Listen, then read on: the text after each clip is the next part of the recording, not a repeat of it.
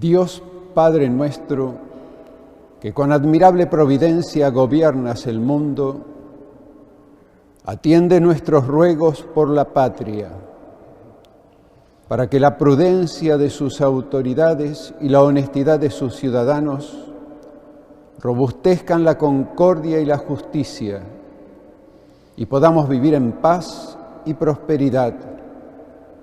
Por Jesucristo nuestro Señor. Amén. Feliz Día de la Patria para todos.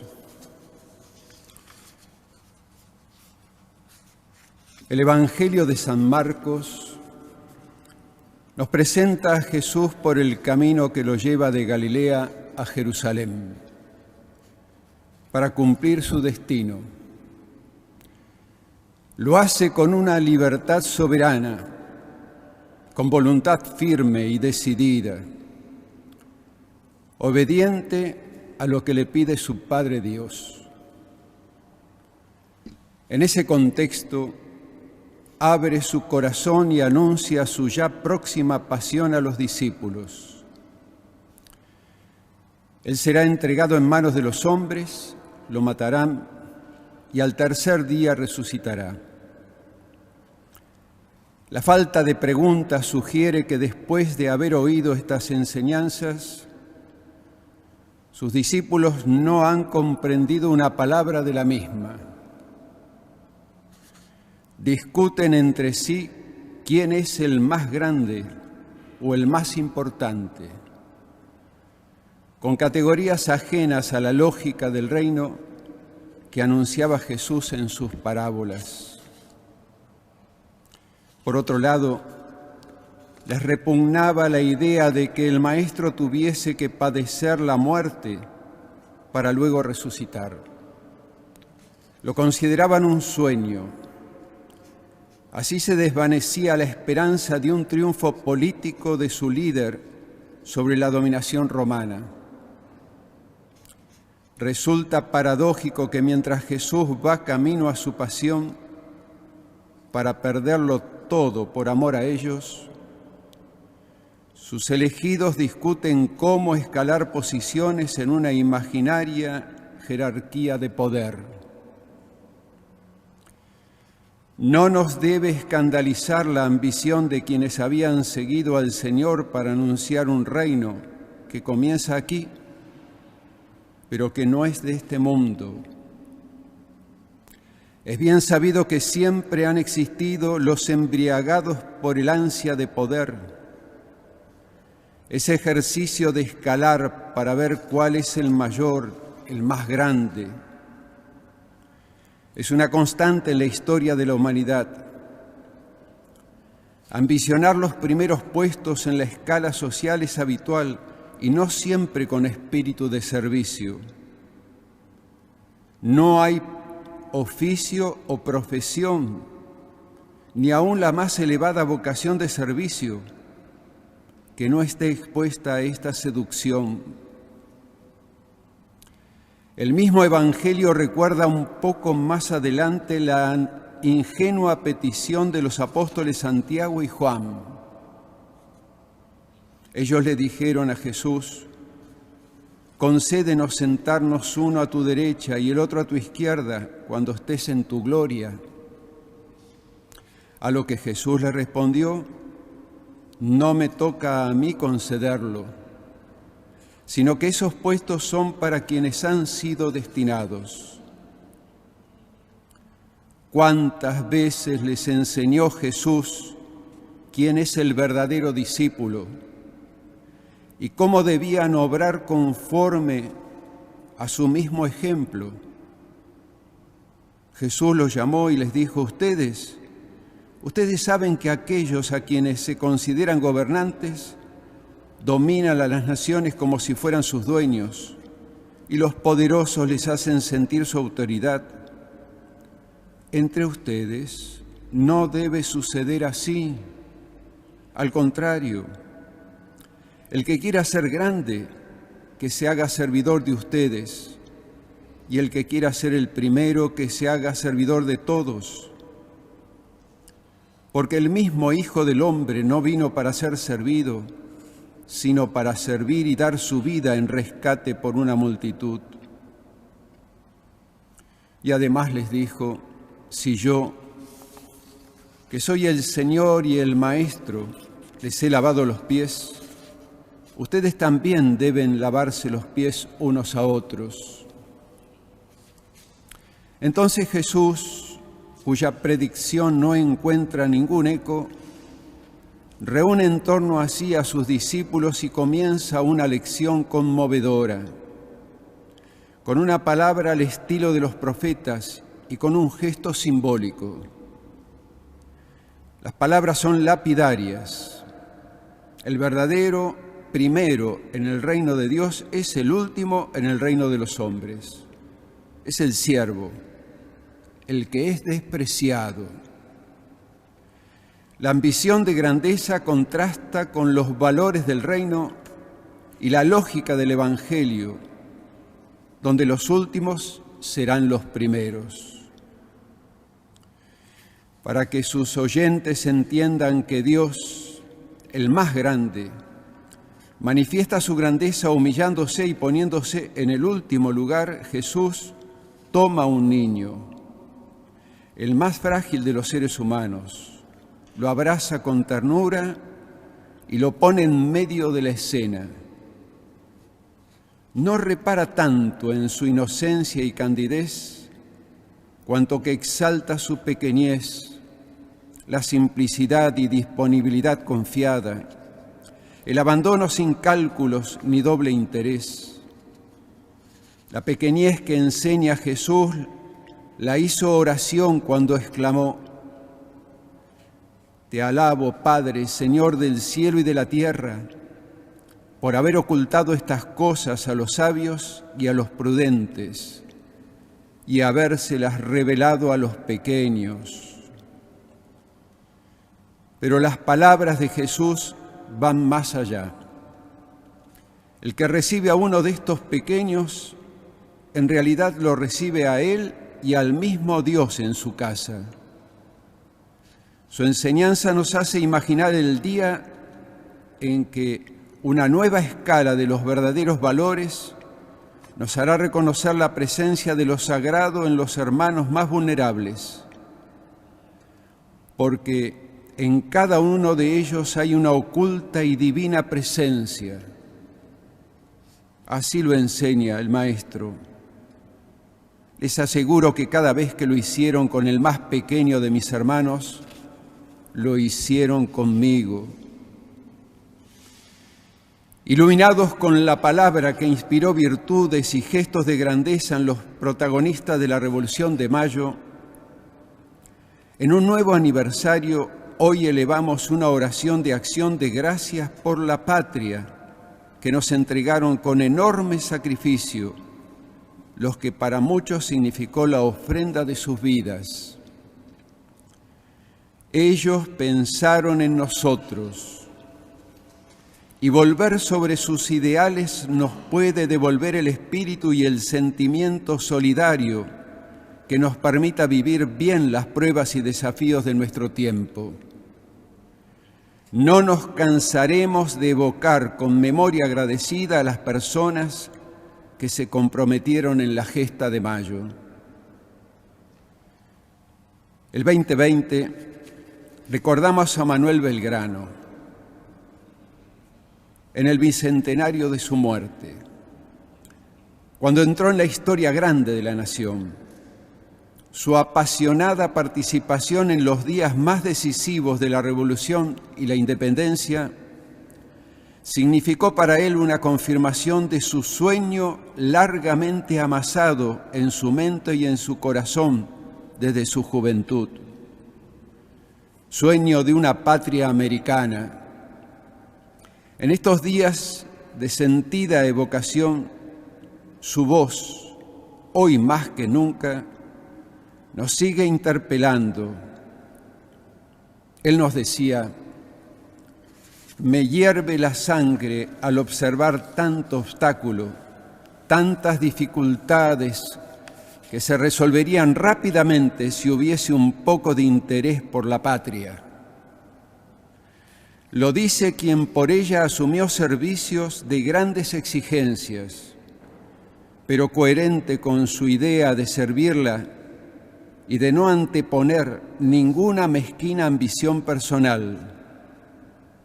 Los asumió virtuosamente. Hay algo tan inspirado y noble en este hijo de la patria, como le gustaba definirse, que nos puede devolver el devaluado sentimiento fraterno y retomar su idea. La patria es un don gratuito a la que hay que amarla con sus luces y sus sombras, para convivir en amistad social con la generación que nos ha tocado en suerte.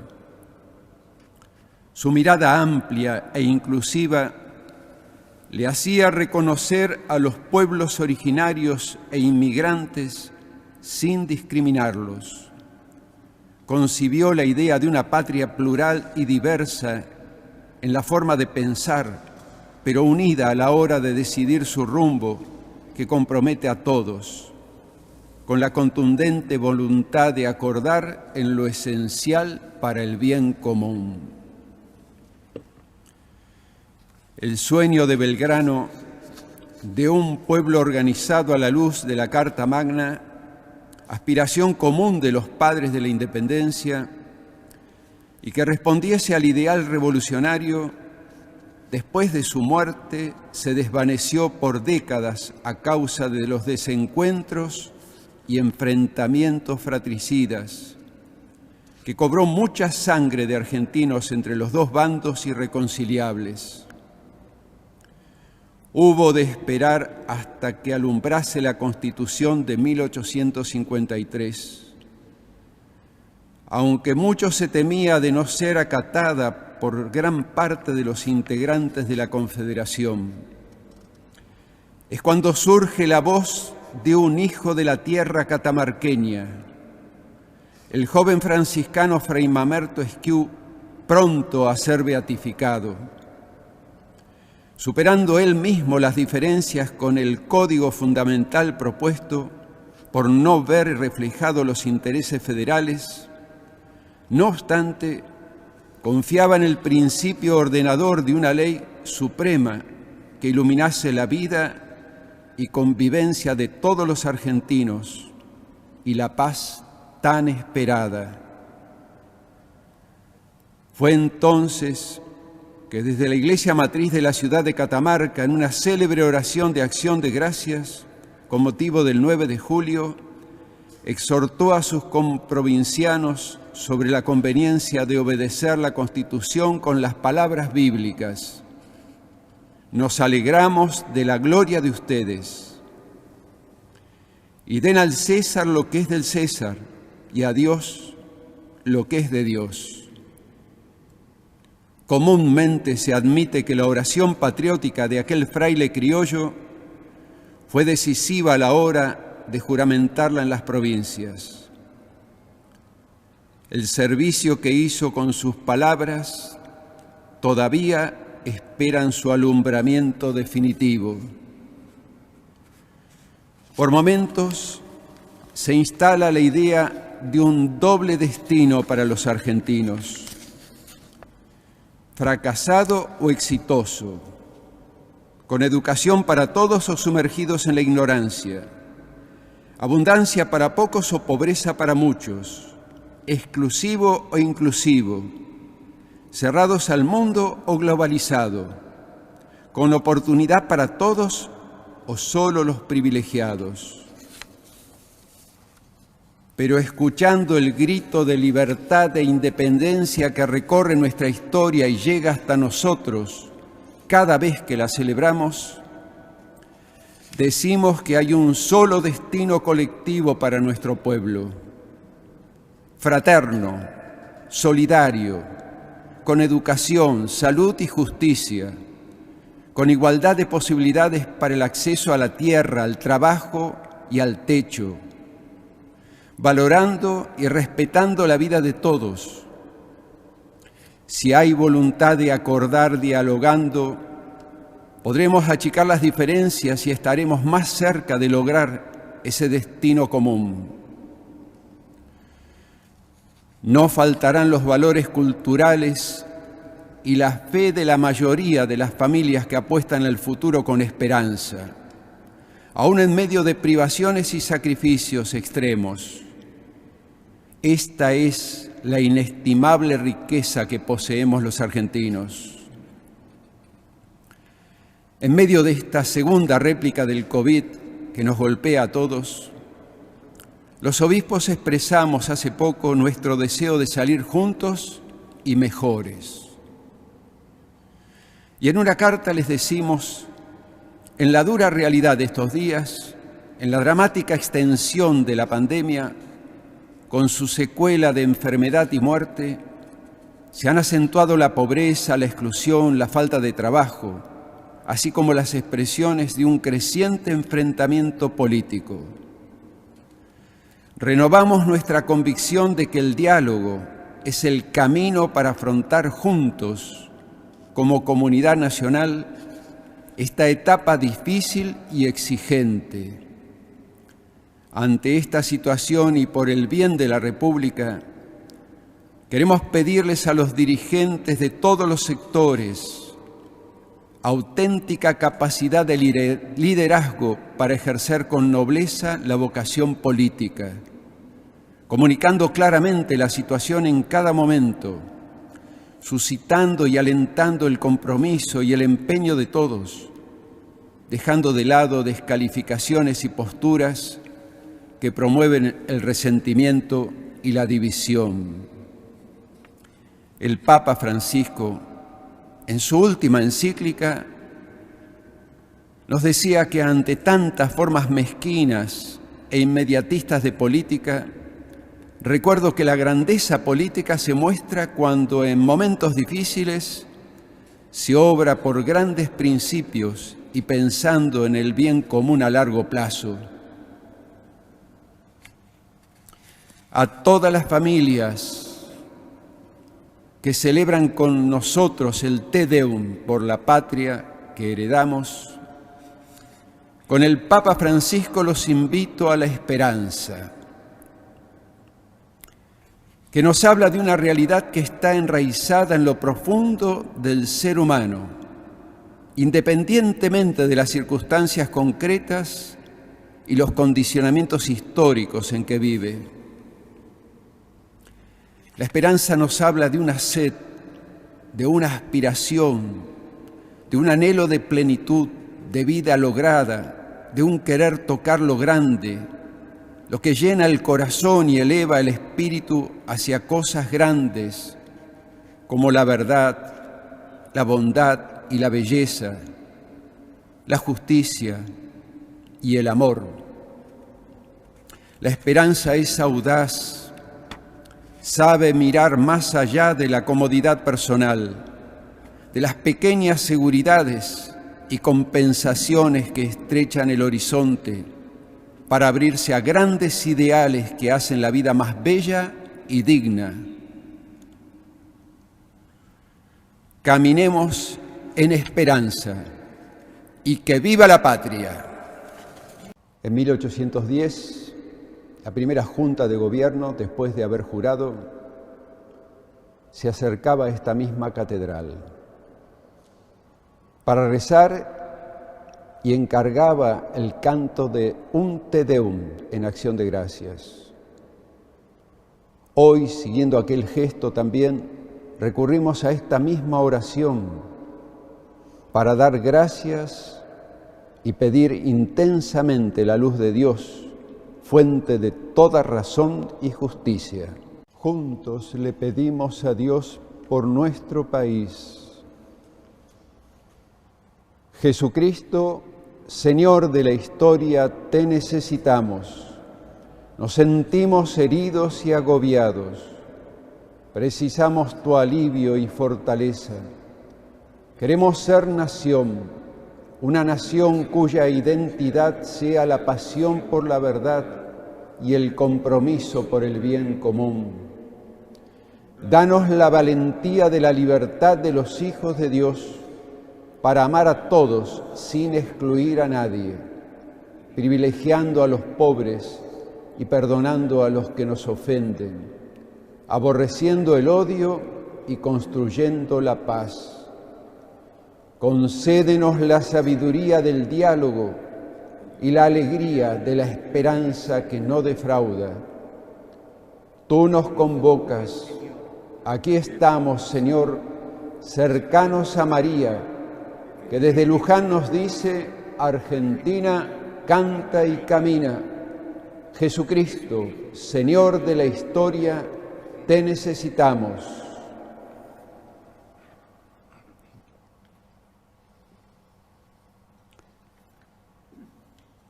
Como nos enseñó Jesús, elevemos la oración a nuestro Padre del cielo. Padre nuestro que estás en el cielo, santificado sea tu nombre. Venga a nosotros tu reino. Hágase tu voluntad en la tierra como en el cielo. Danos hoy nuestro pan de cada día. Perdona nuestras ofensas, como también nosotros perdonamos a los que nos ofenden. Y no nos dejes caer en la tentación, y líbranos del mal. Amén.